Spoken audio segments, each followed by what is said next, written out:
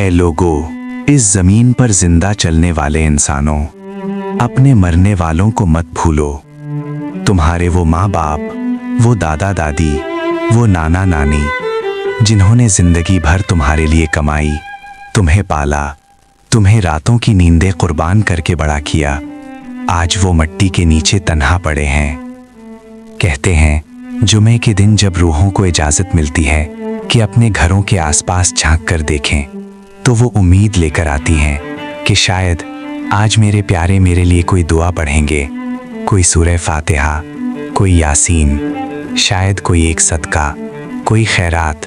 कोई नेकी मेरे नाम करेगा। लेकिन जब रूह अपने घर के दरवाजे पर खड़ी होकर देखती है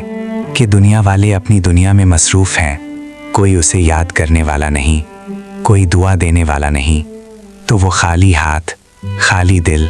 और खाली उम्मीद के साथ वापस अपनी कब्र की तरफ लौटती है। और जब कब्र में पहुंचती है तो तन्हाई के अंधेरे में तड़प तड़प कर कहती है, या रब, हमने अपने बच्चों के लिए कितना कुछ किया था,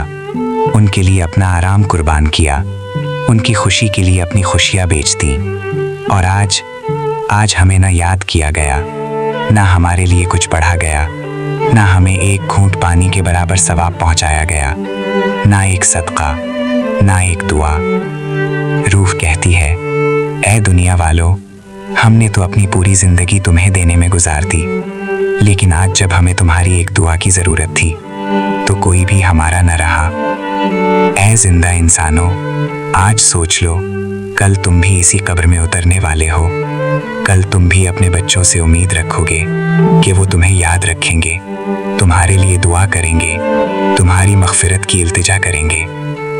इसलिए अपने मरने वालों को याद करो, जुमे के दिन उन्हें इसाले सवाब दो,